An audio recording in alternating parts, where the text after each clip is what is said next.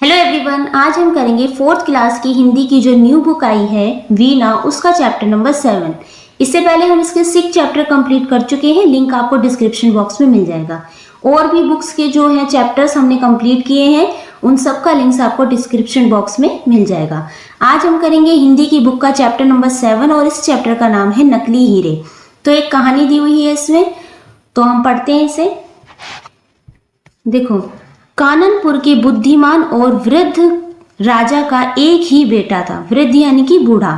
तो एक बूढ़ा सा राजा था, उसका एक ही बेटा था। मैं अधिक दिन जीवित नहीं रहूंगा, मुझे अपने पुत्र के लिए कोई सलाहकार ढूंढना चाहिए।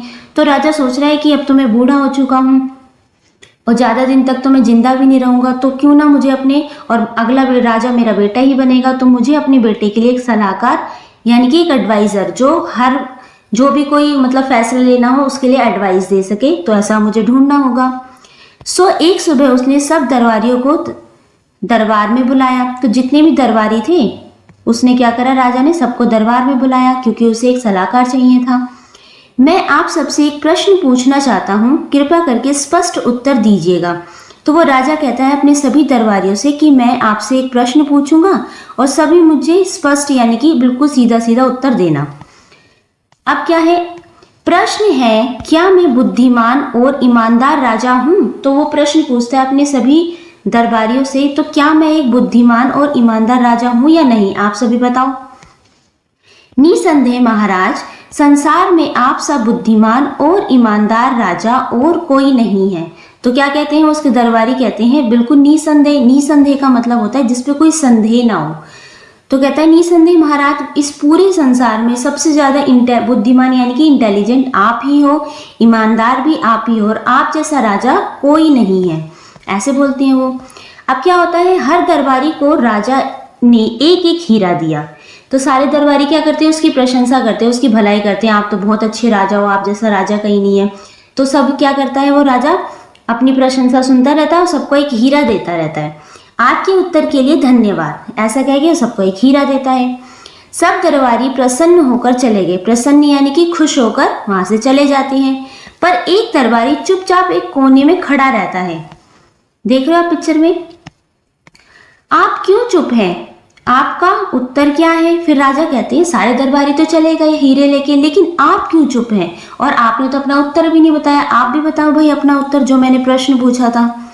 फिर वो कहता है, महाराज, दूसरों ने तो आपको प्रसन्न करने वाले उत्तर दिए, पर क्षमा कीजिएगा, मेरा उत्तर वैसा नहीं है। फिर वो कहता है, आदमी जो चुपचाप साइड में खड़ा था, कह रहा जो जितने भी सबने उत्तर दिए हैं वो तो आपको खुश करने के लिए दिए, आपकी भलाई करी, आपकी बढ़ाई करी है उसमें, लेकिन क्षमा कीजिएगा। क्षमा का मतलब होता है कि मुझे माफ कीजिएगा, लेकिन मैं वैसा उत्तर नहीं दूंगा, मुझे तो जो लगता है मैं तो वो बताऊंगा सच सच। फिर क्या होता है, फिर भी हम सुनना चाहते हैं। तो जो राजा होते हैं वो कहते हैं ठीक है, जो भी तुम्हारा उत्तर है मुझे बताओ, हम सुनना चाहते हैं। तो वो आदमी कहता है, इसमें कोई संदेह नहीं है महाराज कि आप बुद्धिमान और ईमानदार हैं, पर आपसे भी श्रेष्ठ राजा हो चुके हैं जो बुद्धिमता और ईमानदारी में आपसे बढ़ चढ़ कर थे। तो वो आदमी क्या कहता है, वो आदमी कहता है कि महाराज इसमें तो कोई संदेह नहीं है, कोई डाउट नहीं है कि आप ईमानदार भी हैं और बुद्धिमान भी हैं, लेकिन पूरे संसार में केवल आप ऐसे नहीं हैं, आपसे भी पहले बहुत ऐसे महाराज थे जो बुद्धिमान भी थे, ईमानदार भी थे, और अभी भी हैं जो बुद्धिमान भी है आपसे ज्यादा और ईमानदार भी हैं, आपसे बढ़ चढ़ कर है। तो वो आदमी बिल्कुल सच सच कहता है, लेकिन राजा की कोई ऐसी वो नहीं करता कि राजा खुश हो जाए और मुझे कुछ इनाम दे, लेकिन वो सच बोलता है। फिर महाराज कहते हैं, हमें आपका उत्तर सुनकर बहुत प्रसन्नता हुई, ये लो आपका हीरा। फिर क्या कहते हैं महाराज को बहुत खुशी हुई और अपना हीरा निकाल के वो उस आदमी को दे देते हैं। अगली सुबह काननपुर के सारे दरबारी दरबार में वापस आए। अब जितने भी दरबारी थे सब आते हैं महाराज के पास। क्या कहते हैं वो, देखो महाराज, हमने इन हीरो की जांच जौहरी से करवाई। जौहरी कौन होता है, सुनार होता है जो जांच करता है कि ये असली है या नकली। पता चला कि सारे हीरे तो नकली हैं। फिर जितने भी आदमी थे ना, सबको महाराज ने जो एक एक हीरा दिया था वो जाते हैं सुनार के पास उस हीरे को चेक करवाने, कुछ बेचने भी जाते होंगे। तो वो कहता है जौहरी, ये तो हीरा नकली है। हमारे साथ ऐसा क्यों किया महाराज? तो फिर सारे वो दरबारी पूछते हैं, महाराज आपने हमारे साथ ऐसा क्यों किया? तो महाराज कहते हैं, ठहरिए मैं समझाता हूँ। आप सबने मेरे प्रश्न का झूठा उत्तर दिया, इसलिए हीरे भी आपको नकली दिए गए। तो वो राजा कहता है कि आप सबने जो भी मैंने प्रश्न पूछा था उसका बिल्कुल उत्तर क्या दिया? गलत दिया, झूठा उत्तर दिया, कि सबने मेरी प्रशंसा के लिए सच नहीं बताया, इसलिए आपको हीरे भी नकली दिए गए। लेकिन पर इस नौजवान ने, जो साइड में खड़ा था ना चुपचाप आदमी जिसने बाद में सच बोला था, तो कहते पर इस नौजवान ने सीधा साधा उत्तर दिया, इसलिए इसे असली हीरा दिया गया। तो ये जो आदमी था इसने बिल्कुल सीधा साधा और सही उत्तर दिया, इसलिए मैंने इस आदमी को असली हीरा दिया। और मेरे बाद यही मेरे बेटे का विश्वस्त सलाहकार बनेगा। विश्वस्त का मतलब होता है जो जिसपे हम विश्वास कर सके, ठीक है। तो यही सलाहकार बनेगा। अब सारे दरबारी हैरानी से देखते हैं इसकी तरफ और वो सोच रहे होंगे क्यों ना हम भी सच बोल देते। तो देखो कितनी अच्छी कहानी है ना। किसने लिखी है? ये कहानी लिखी है नीरा बेनेगल ने, और इसमें साइड में क्या लिखा है? टिंकल पत्रिका से। कहाँ से ली गई है? ये कहानी ली गई है टिंकल पत्रिका से, सवार। तो इस कहानी का मेन शीर्षक क्या है? इस कहानी से हमने क्या सीखा? इसको उद्देश्य क्या था? कहानी तो बहुत अच्छी थी ये। तो इस कहानी का उद्देश्य है कि हमने जो भी सच हो हमें सच बोलना चाहिए, कभी भी झूठ नहीं बोलना चाहिए। और ये कहानी हमें सिखाती है कि सच्चाई और ईमानदारी सबसे बड़ी विशेषता है, ठीक है। इससे हमें ये सीख मिलती है। तो चलिए अब इसके क्वेश्चन आंसर देख लेते हैं, ठीक है। बातचीत के लिए सबसे पहला प्रश्न है इसमें, राजा ने अपने पुत्र का सलाहकार किसे और क्यों चुना? तो आपको बताना है कि राजा ने अपना जो सलाहकार है किसे चुना था। तो देखो फर्स्ट का आंसर है, राजा ने अपने पुत्र का सलाहकार नव युवक को चुना क्योंकि उसने राजा को सही और स्पष्ट उत्तर दिया था। उस नव युवक नौजवान को चुना था क्योंकि उसने बिल्कुल सही उत्तर दिया था। प्रश्न दूसरा है, दरबारियों ने राजा के उपहार की जौहरी से तुरंत जांच करवाई, इससे उनके बारे में कौन कौन सी बातें पता चलती हैं? तो देखो इसका आंसर, दरबारियों ने राजा के उपहार की जौहरी से तुरंत जांच करवाई, इससे उनके बारे में ये पता चलता है कि वे लोग लालची हैं, क्योंकि उन्होंने तो लालच के मारे राजा से झूठ बोला, तथा उन्होंने हीरे व पुरस्कार के लालच में राजा को झूठा उत्तर दिया था। इसके अलावा इससे यह भी पता चलता है कि उन लोगों को राजा पर भी भरोसा नहीं था, वरना वे जौहरी से हीरे की जांच ना करवाते। तभी तो गए वो जौहरी के पास ये देखने के लिए, क्योंकि उन्हें राजा पे भरोसा ही नहीं था। अब जिस पे भरोसा ही नहीं है तभी तो वो गए हीरे की जांच करवाने, नहीं तो भरोसा होता तो हीरे को रख लेते कि राजा है वो तो असली हीरा देगा। ओके। प्रश्न तीसरा है, नवयुवक दरबारी राजा का प्रश्न सुनकर भी चुपचाप क्यों खड़ा था? तो इसका आंसर है, नवयुवक दरबारी राजा की झूठी प्रशंसा करके उन्हें प्रसन्न नहीं करना चाहता था, इसलिए वह राजा का प्रश्न सुनकर भी चुपचाप खड़ा रहा। वो आंसर देने नहीं आया, राजा ने खुद उसे बुलाया था, ठीक है। प्रश्न चौथा है, चित्रकथा के अनुसार काननपुर का राजा बहुत बुद्धिमान था, क्या आप इस बात से सहमत हैं? आपको ऐसा क्यों लगता है? तो इसका आंसर देखो, राजा ने अपने पुत्र के लिए सलाहकार चुनने के लिए लोगों की परीक्षा ली और एक योग्य सलाहकार चुना। एक अच्छा सलाहकार वही होता है जो हमें सही सलाह दे, ना कि हमारी झूठी प्रशंसा करे। अतः हम इस बात से सहमत हैं कि काननपुर का राजा बहुत बुद्धिमान था। नहीं तो वो किसी को भी सलाहकार रख लेता, लेकिन उसने अपने सारे दरबारियों की पहले परीक्षा ली, देखा कि कौन सा झूठ बोलता है, कौन सा झूठ नहीं बोलता, फिर उसने जो बिल्कुल सच्चा था वही सलाहकार चुना। तो इससे पता लगता है ना कि वो राजा कैसा था, बुद्धिमान था, यानी इंटेलिजेंट था। प्रश्न पांचवा है, जब राजा ने अपने पुत्र के सलाहकार की घोषणा की तब सभी दरबारियों को कैसा लगा होगा? उन्होंने क्या क्या सोचा होगा? फिफ्थ का आंसर देखो, जब राजा ने अपने पुत्र के सलाहकार की घोषणा की तभी सभी दरबारियों को अचंभा हुआ होगा और बुरा भी लगा होगा। वे ये सोच रहे होंगे कि काश उन्होंने भी राजा को ईमानदारी वाला उत्तर दिया होता तो सलाहकार का पद उन्हें मिल जाता, क्योंकि उन्होंने तो झूठा उत्तर दिया था। सच बोलते तो ये जो पद था सलाहकार का वो उन्हें मिल जाता। नेक्स्ट है, सोचिए और लिखिए। इसमें प्रश्न है, चित्रकथा के दिए गए अंश को ध्यान से देखिए। अंश होता है हिस्सा, आधा हिस्सा जो होता है। तो नीचे देखो ये दिए हुए हैं अंश, इसको ध्यान से देखो। इसमें फर्स्ट है, हर दरबारी को राजा ने एक एक हीरा दिया। आपके उत्तर के लिए धन्यवाद। सब दरबारी प्रसन्न होकर चले गए, पर एक दरबारी चुपचाप एक कोने में खड़ा रहा। आप चुप क्यों हैं? आपका उत्तर क्या है? तो इसमें कितने हैं, एक तो ये पिक्चर है, एक ये है और एक ये है। ओके, 3 पिक्चर यहाँ दिखाई गई है। अब देखो इस पे नीचे कुछ प्रश्न पूछे हैं। इस अंश के बारे में अपने समूह में चर्चा कीजिए। अब नीचे दिए गए प्रश्नों के उत्तर अपनी लेखन पुस्तिका में लिखिए। जैसे प्रश्न पहला है, चित्रकथा के इस अंश में कुल कितने चित्रखंड हैं? तो हमने अभी देखा ना कितने चित्रखंड है, तो ये है 1, 2 और 3, यानी कि 3 चित्रखंड है। इसका आंसर हो जाएगा कि चित्रकथा के इस अंश में कुल 3 चित्रखंड है। प्रश्न दूसरा है, यहाँ मुख्य पात्र कौन कौन है? तो यहाँ दरबारी और राजा नवयुवक मुख्य पात्र हैं। प्रश्न तीसरा है, बीच वाले चित्रखंड में क्या हो रहा है? तो आप देख रहे होंगे बीच वाला चित्रखंड कौन सा है, वो है ये वाला। तो इसमें ये हीरा देख रहे हैं ना, तो इसको लिखेंगे आंसर में हम। बीच वाले चित्रखंड में दरबारी हीरा मिलने पर प्रसन्न हो रहा है।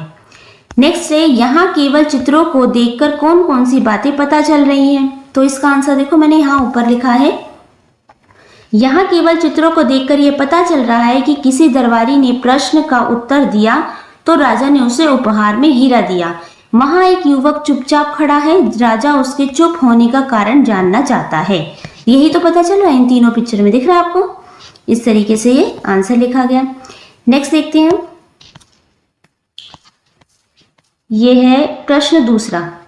प्रश्न दूसरे में है, इस चित्रकथा का नाम नकली हीरे क्यों रखा गया है? आप भी इस चित्रकथा का कोई उपयुक्त शीर्षक दीजिए। अब आपको बताना है कि ये जो पाठ हमने पढ़ा इसका नाम रखा गया नकली हीरे। तो आपको बताना है क्यों रखा है इसका नाम नकली हीरे, और अगर आप इसका नाम रखना चाहते तो आप क्या रखते? तो देखो सेकंड का आंसर यहाँ ऊपर लिखा है, ये रहा। इस चित्रकथा का नाम नकली हीरे इसलिए रखा गया है क्योंकि राजा ने दरबार में झूठ बोलने वाले सभी दरबारियों को नकली हीरे दिए थे। लेखक ने झूठ बोलने वाले सभी लोगों की तुलना नकली हीरे से की है, इसलिए पाठ का नाम नकली हीरे रखा गया है। इस पाठ का नाम ईमानदारी का इनाम भी हो सकता है। ठीक है, ईमानदारी का इनाम भी हम इस पाठ का नाम रख सकते हैं। प्रश्न तीसरा है इसमें, राजा ने नकली हीरो का पुरस्कार किन्हें और क्यों दिया?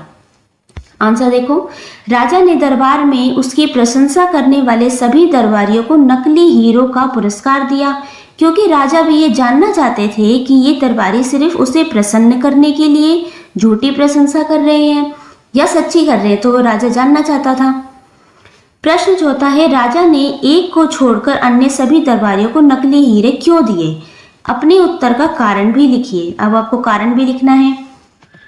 इसका आंसर देखो, राजा ने एक को छोड़कर अन्य सभी दरबारियों को नकली हीरे इसलिए दिए क्योंकि राजा ये जानते थे कि सभी दरबारी केवल प्रसन्न करने के लिए उन्हें सबसे बुद्धिमान और ईमानदार राजा बता रहे हैं। केवल उस नवयुवक दरबारी ने ही राजा से सच बोला कि उसने पहले भी उनसे श्रेष्ठ राजा हो चुके हैं, इसलिए राजा ने उसे असली हीरा दिया, क्योंकि उसने बिना डरे और बिना किसी लालच के बिल्कुल सच बताया उस राजा को। ठीक है, इसलिए उसे असली हीरा मिला। नेक्स्ट देखते हैं शब्दों से मित्रता। नीचे दिए गए शब्दों को उनके उपयुक्त अर्थों के साथ रेखाएं खींचकर मिलाइए। जैसे वृद्ध का मतलब होता है बूढ़ा, निसंदेह का मतलब होता है जिस पे संदेह ना होना, डाउट ना होना, बुद्धिमान का मतलब होता है विवेकवान, श्रेष्ठ का मतलब होता है सर्वोत्तम, और ठहरना होता है रुकना, कहीं पे रुकना होता है ठहरना। ठीक है, इसे मैच कर देंगे आप। नेक्स्ट है हमारी समझ से। नीचे इन प्रश्नों के सबसे उपयुक्त उत्तर पर सूरज का चित्र बनाइए। अब आपको एक सन बनाना है इस तरीके से जो आंसर सही हो। जैसे कि क प्रश्न है, नवयुवक दरबारी का उत्तर सुनकर राजा कैसा हो गया था? प्रसन्न हुआ था, अप्रसन्न हुआ था, भयभीत हुआ था या चिंतित हुआ था? तो इसका आंसर हो जाएगा कि राजा प्रसन्न हुआ था। इसके आगे हमने ये सन का यानी सूरज का चित्र बना दिया। नेक्स्ट है ख, सबसे अलग उत्तर देने वाले दरबारी के लिए निम्नलिखित में से कौन सा वाक्य सही है? वह सदैव झूठ बोलता था, वह राजा के पुत्र का सलाहकार बनना चाहता था, वह अन्य दरबारियों से अलग दिखना चाहता था, वह एक विनम्र युवक था। तो ऐसा तीनों में से तो ऐसा कुछ नहीं था उसके बारे में। आंसर हो जाएगा इसका 4 कि वह एक विनम्र नव युवक था। इसके आगे आपको ये सन का चित्र बनाना है। ओके, नेक्स्ट है भाषा की बात। फर्स्ट है इसमें, काननपुर के बुद्धिमान और वृद्ध राजा का एक बेटा था। काननपुर के बुद्धिमान और वृद्ध राजा का एक ही बेटा था। यहाँ पे देखो ही नहीं है, यहाँ पे ही है। फर्स्ट है इसमें, इन दोनों पंक्तियों को ध्यान से देखिए, दोनों में क्या अंतर है वो बताइए। तो आपको बताना है इसका। तो देखो क का प्रश्न यहाँ पे, पहली पंक्ति को पढ़ने पर यह पता चलता है कि काननपुर के राजा की किसी एक बेटे की बात की जा रही है, उनकी और भी संतान हो सकती है। लेकिन दूसरी पंक्ति को पढ़ने के बाद ये पता चलता है कि काननपुर के राजा का मात्र एक ही पुत्र है, यानी उनका एक ही बेटा है, उनकी कोई और संतान नहीं थी। ठीक है, इससे ये पता लगता है। प्रश्न खा है, आप भी कक्षा में 5-5 के समूह बनाकर ही शब्द वाले 4-4 वाक्य अपनी लेखन पुस्तिका में लिखिए। वही शब्द बनाने जिसमें ही आता है। ओके, कितने लिखने हैं? 5 के समूह बनाकर 4 वाक्य लिखने हैं। ये लिखे ना, 4 वाक्य लिखने हैं। तो देखो ख का आंसर, फर्स्ट वाक्य मैंने लिखा है, मुझे यहाँ से घर ही जाना है। सेकेंड है, गरिमा की एक ही बहन है। थर्ड है, यह चित्र सुमन ने ही बनाया है। फोर्थ है, डिम्पल ही भानु की मित्र है। अब जरूरी नहीं है आपको यही सेंटेंस बनाने हैं, आप अपनी मर्जी से भी कोई भी वाक्य बना सकते हैं, लेकिन आपको ये ध्यान रखना है कि सभी वाक्य में ही शब्द जरूर आना चाहिए। ओके, नेक्स्ट देखते हैं प्रश्न दूसरा। नीचे दिए गए वाक्यों में से जो आपको अपने लिए सबसे उपयुक्त लगते हैं उनके सामने सही का चिन्ह लगाइए। तो जो भी आपको ठीक लगता है अपने बारे में उसके आगे आपको ये टिक लगाना है, इस तरीके से राइट का। ठीक है, फर्स्ट पढ़ती हूँ मैं। मुझे कहानियां और कविताएं पढ़ना पसंद है। अगर आपको भी पसंद है तो आप टिक लगा लीजिए, जैसे कि मैंने लगा रखा है यहाँ पे। मुझे रोचक कहानियां सुनाना या लिखना पसंद है, इस पे भी मैंने टिक लगा दिया। नेक्स्ट है, मुझे पहेलियां हल करना पसंद है। मुझे गणित के खेल और प्रश्न हल करना रुचिकर लगता है। अगर आपको भी लगता है तो आप इस तरीके से टिक लगाएंगे, और नहीं लगता तो इसे ब्लैंक छोड़ दिए, कुछ मत करिए। ठीक है, मुझे चित्रकारी करना पसंद है, तो ठीक है, इस पे भी लगा दिया। मुझे घूमने फिरने और खेलने में आनंद आता है, इस पे भी टिक लगा दिया। नेक्स्ट है, मुझे अभिनय या नृत्य करना, अभिनय यानी कि एक्टिंग करना, नृत्य यानी डांस करना पसंद है, तो इस पे मैंने कुछ भी टिक नहीं लगाया। अगर आपको पसंद है तो आप यहाँ टिक लगा सकते हैं। नेक्स्ट है, मुझे गीत गाना या वाद्य यंत्र बजाना अच्छा लगता है। वाद्य यंत्र यानी कि म्यूजिकल इंस्ट्रूमेंट जो होते हैं वो बजाना अच्छा लगता है। अगर आपको अच्छा लगता है आप टिक लगा सकते हैं। मुझे संगीत सुनना पसंद है, तो मैंने टिक लगा रखा है। नेक्स्ट है, मुझे दूसरों के साथ काम करना और मित्र बनाना पसंद है। ठीक है, मुझे अपने सहपाठियों की सहायता करना अच्छा लगता है। मुझे प्रकृति और जानवरों के बारे में जानना पसंद है, तो मैंने यहाँ टिक नहीं लगाया है। मुझे बागवानी पसंद है, बागवानी यानी कि गार्डनिंग, जो पेड़ पौधे लगाने, तो मैंने इस पर टिक लगाया है। ठीक है, इस तरीके से आपको टिक लगाना है। प्रश्न तीसरा है, अब ऊपर दिए गई सूची में से अपनी मन भावन गतिविधि को चुनकर उस पर एक अनुच्छेद लिखिए। आप एक से अधिक गतिविधियां भी चुन सकते हैं। अब जिस पे आपने ऊपर टिक लगाया है उसके बारे में अब आपको एक अनुच्छेद लिखना है। ठीक है, कुछ लाइन का एक अनुच्छेद लिखना है कि वो चीज़ आपको क्यों पसंद है, उसके बारे में ऐसी क्या खासियत है, वो आपको लिखना है। ठीक है, एक बार इसका आंसर देख लेते हैं हम। देखो, तो इसमें कुछ गतिविधियों पे मैंने ये आंसर लिखा है अनुच्छेद। मुझे कहानी और कविताएं पढ़ने बहुत पसंद है। जब भी मुझे फुर्सत मिलती है मैं किसी न किसी पुस्तक में खो जाती हूँ। कहानी मुझे न केवल मनोरंजन देती है बल्कि उनसे मुझे नई नई जानकारी और अनुभव भी मिलते हैं। मुझे विशेष रूप से प्रेरणादायक और हास्य कहानियाँ बहुत पसंद हैं क्योंकि वह मेरी सोच को सकारात्मक दिशा देती हैं। इसके अलावा कविताएं भी मुझे बहुत आकर्षित करती हैं क्योंकि उनका संगीतात्मकता और शब्दों की सुंदरता मुझे बहुत भाती है। मुझे ये भी अच्छा लगता है कि मैं अपने दोस्तों को अपनी पसंदीदा कहानियाँ और कविताएं सुनाऊं। मुझे घूमने फिरने और खेलने में भी बहुत आनंद आता है। इसके साथ ही मुझे पहेलियाँ हल करना भी बहुत पसंद है। जब भी मुझे समय मिलता है मैं पहेलियों को हल करने में जुट जाती हूँ। पहेलियाँ हल करना मेरी सोचने और समझने की क्षमता को तेज करता है और साथ ही ये मेरे लिए एक मज़ेदार चुनौती भी है। कुल मिलाकर पढ़ाई, पहेलियाँ हल करना और कहानी सुनाना मेरी मनपसंद गतिविधियाँ हैं जो मुझे बहुत आनंद देती हैं। तो इस तरीके से मैंने अनुच्छेद लिखा है। अगर आपको और भी बहुत सारी चीज़ें इसमें पसंद है तो आप अपना अनुच्छेद लिख सकते हैं अपनी तरीके से। जरूरी नहीं है सेम आपको ऐसा ही लिखना है। ठीक है, अपना लिख सकते हैं आप इसमें। नेक्स्ट है प्रश्न चौथा।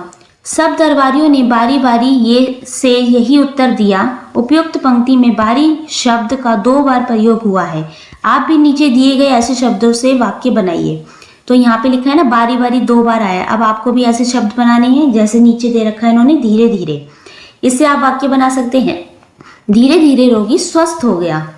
तो आप अपनी मर्जी से भी वाक्य बना सकते हैं, सेम आपको जरूरी नहीं है सेम यही बनाने हैं, ठीक है। नेक्स्ट है भिन्न भिन्न। भारत में भिन्न भिन्न भाषाएं बोली जाती हैं। साथ साथ मैं और मेरी बहन साथ साथ स्कूल जाते हैं। मुझे बार बार गांव जाने का मन करता है। अब आप अपनी मर्जी से भी आप वाक्य बना सकते हैं। प्रश्न 5वां है, कृपा करके स्पष्ट उत्तर दीजिएगा। कृपा जैसे शब्दों का प्रयोग विनम्रता दर्शाने के लिए किया जाता है। नीचे दिए गए शब्द ऐसे ही शब्दों का प्रयोग करते हुए वाक्य बनाएं और अपने समूह में एक दूसरे से बातचीत करते हुए उनका प्रयोग भी कीजिए। जैसे फर्स्ट है कृपा, इससे आपको एक वाक्य बनाना है, तो मैंने बनाया है, कृपया मुझे 2 दिन का अवकाश प्रदान कीजिए। फिर है धन्यवाद, आपके उपहार के लिए बहुत बहुत धन्यवाद। क्षमा कीजिएगा मैंने आपकी बात नहीं सुनी। फिर है आपका आभार, इस समारोह में शामिल होने के लिए आपका आभार। तो इस तरीके से आपको वाक्य बनाने हैं जिनमें इन शब्दों का प्रयोग हुआ हो। फिर है पाठ की विशेषताएं। नीचे इस चित्रकथा की कुछ विशेषताएं दी गई हैं। आप भी इस पाठ्य पुस्तक में से किसी कहानी अथवा कविता की विशेषताएं लिखिए। तो सबसे पहले है पाठ का नाम, तो इसमें है नकली हीरे। तो मेरी रुचि का पाठ, जो मुझे पाठ पसंद था, मैंने यहाँ उसका नाम लिखा है आसमान गिरा। फिर है चित्र कैसे हैं इसमें, तो इसमें है सुंदर और रंग बिरंगे स्पष्ट चित्र हैं। मैंने लिखा है सुंदर हरे भरे पेड़ों की चित्र साफ और आकर्षक हैं। रचनाकार किसने इस कहानी को लिखा है, तो इस कहानी को लिखा है नीरा बेनेगल ने, और आसमान गिरा कहानी को लिखा है विष्णु शर्मा जी ने। रोचकता कैसी है, ये आनंददायक है, और ये भी क्या है, आनंददायक और ज्ञानवर्धक है। अंत एक सकारात्मक सोच से होता है इसमें, और इसमें भी क्या है, मजेदार और शिक्षाप्रद अंत है। ठीक है, अब आप अपनी रुचि का कोई भी पाठ लिख सकते हैं। मैंने तो 5th वाला लिखा है आसमान गिरा।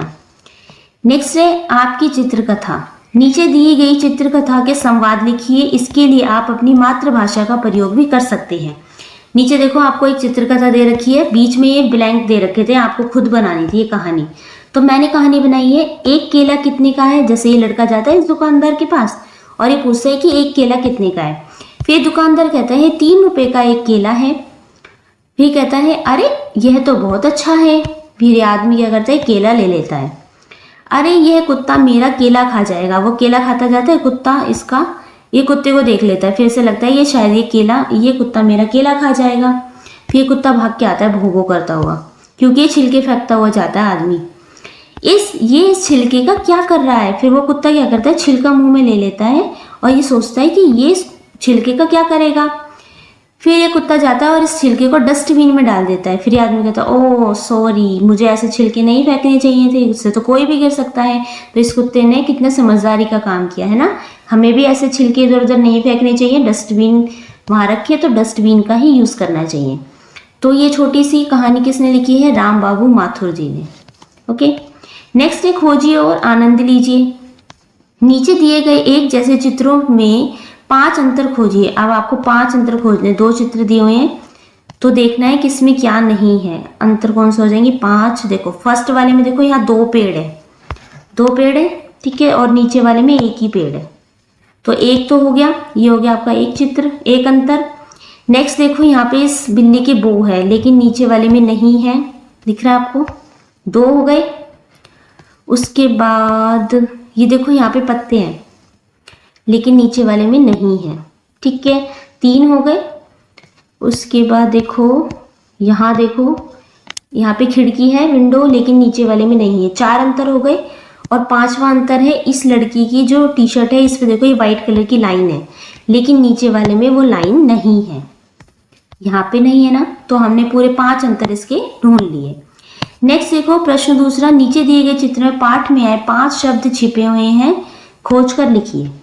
ये चित्र देख रहे हो आप, इसमें कहीं 5 शब्द लिखे हुए हैं। देखो मैं सर्कल लगा रही हूँ। एक तो ये लिखा हुआ है जांच, एक इस लैंप पे लिखा है राज, एक इस बिल्ली के ऊपर लिखा है चुप, यहाँ लिखा है ईमानदारी, और इसमें लिखा है हीरा। 5 शब्द हो गए, 1 2 3 4 एंड 5। तो ये सारे शब्द आपको नीचे लिखने हैं, जैसे मैंने यहाँ लिख दिए जांच, राज, चुप, हीरा और ईमानदारी, ठीक है, ऐसे ही आपको लिखना चाहिए। फिर है पुस्तकालय से प्रश्न पहला, इसमें क्या आपने कोई चित्र कथा पढ़ी है? यदि हाँ तो अपने सहपाठियों को उसके विषय में बताइए। तो मैंने यहाँ लिखा है इसका आंसर, हाँ मैंने पंचतंत्र की कहानियां नाम की चित्रकथा पढ़ी है। इसमें जानवरों की मजेदार और शिक्षाप्रद कहानियां होती हैं। हर कहानी से हमें कोई ना कोई अच्छी सीख मिलती है, जैसे दोस्ती की ताकत, ईमानदारी से काम लेना और सच्चाई का महत्व। चित्रों के माध्यम से कहानी और भी रोचक लगती है। अगर आपने इसके अलावा कोई और सी चित्रकथा पढ़ी है तो आप इसके बारे में भी लिख सकते हैं। प्रश्न दूसरा देखो, इसमें क्या है, अपने विद्यालय के पुस्तकालय में कोई अन्य चित्रकथा ढूंढिए और अपने सहपाठियों के साथ पढ़िए। अब आपको अपने स्कूल की लाइब्रेरी में जाना है, वहां पे जाके कोई भी एक चित्रकथा वाली नोटबुक ढूंढनी है, किताब ढूंढ रही है। आप इसमें अपने टीचर की भी हेल्प ले सकते हैं। फिर क्या करना है, उस किताब को लेकर आपको अपने सहपाठियों के साथ उसे पढ़ना है। ठीक है, तो ये था आपका चैप्टर। तो नीचे एक छोटी सी पोयम दी हुई है, उसे भी हम पढ़ लेते हैं। ठीक है, तो इस छोटी सी कविता का नाम है हवा और धूल। तो हवा और धूल के बारे में ये छोटी सी कविता दी हुई है, पाठ से अलग, इसे पढ़ लेते हैं। हवा धूल को छेड़ के भागी, सोती धूल अचानक जागी। हवा धूल को मतलब जैसे ही हवा धूल होती है ना, ऐसी पड़ी रहती है जमीन पे। जब तक हवा ना चले वो बिल्कुल वहीं ठहरी रहती है, बिल्कुल हिलती डुलती नहीं है। तो क्या होता है, हवा ऐसी पड़ी थी, तो यहाँ पे कवि ने बोला है कि हवा धूल को छेड़ के भागी। जैसे हवा चली ना, धूल थोड़ी सी आगे हिल गई, आगे चलेगी। सोती धूल अचानक जागी, तो यहाँ पे धूल को सोता हुआ बताया गया और वो अचानक से जग जाती है, ये बोला गया है। उड़ी हवा के पीछे पीछे, हवा हो गई धूल के नीचे। अब तेज हवा चली तो धूल भी उसके साथ उड़ने लगी। आपने देखा होगा ना, आंधी से चलने लगती है तो आंखों में मिट्टी गिर जाती है, तो वो धूल हवा के साथ ही उड़ के आ जाती है। धूल खोजती आंखें नीचे, दाएं बाएं आगे पीछे। अब धूल उड़ी जा रही है, धूल को पता ही नहीं कि मैं कैसे उड़ रही हूँ, मुझे कौन धक्का दे रहा है। तो कह रही आंखें नीचे दाएं बाएं, वो दाएं बाएं आगे पीछे देख रही है। हवा चल रही है, सांसें खींचे नीचे नीचे, धूल के नीचे। हवा भी चल रही है साथ में। लगा धूल को कुछ है गड़बड़, धूल धप से नीचे आई। तो क्या धूल, जब हवा तेज चल रही थी ना, तो धूल भी हवा में उड़ रही थी, लेकिन जैसे ही हवा धीरे होती है ना, हल्की होती है, तो धूल एकदम नीचे आ जाती है, फिर से जमीन पे गिर जाती है। धूल की आंखों में धूल झोंक कर हवा हो गई हवा हवाई। जब हवा रुक जाती, अब हवा तो हमें दिखती नहीं है, नहीं दिखती ना, बस हमें महसूस होती है कि हवा चल रही है, कि हवा नहीं चल रही, गर्मी हो रही है। तो वही धूल के बारे में बोला गया कि धूल को वो दिख ही नहीं रही है, हवा कहाँ से आ रही है और कहाँ पे खत्म हो जा रही है। तो एक प्यारी सी कविता को एक बार फिर से पढ़ लेते हैं। आपको बहुत अच्छे से लय में गा के पढ़नी है। ठीक है, देखो, हवा धूल को छेड़ के भागी, सोती धूल अचानक जागी। उड़ी हवा के पीछे पीछे, हवा हो गई धूल के नीचे। धूल खोजती आंखें नीचे, दाएं बाएं आगे पीछे। हवा चल रही, सांसें खींचे नीचे नीचे, धूल के नीचे। लगा धूल को कुछ है गड़बड़, धूल धप से नीचे आई। धूल की आंख में धूल झोंक कर हवा हो गई हवा हवाई। तो ये प्यारी सी कविता लिखी है श्याम सुशील जी ने। ठीक है, तो इसके साथ ही आपका चैप्टर नंबर 7 जो इसका नाम है नकली हीरे कंप्लीट हो जाता है। इसके क्वेश्चन आंसर भी कंप्लीट कर लिए। एक बार कहानी को आप खुद से पढ़िएगा, कुछ नहीं समझ में आएगा तो वीडियो दोबारा देखिएगा। और भी कुछ नहीं समझ में आता तो आप नीचे कमेंट कर सकते हैं, कुछ भी पूछ सकते हैं आप कमेंट में।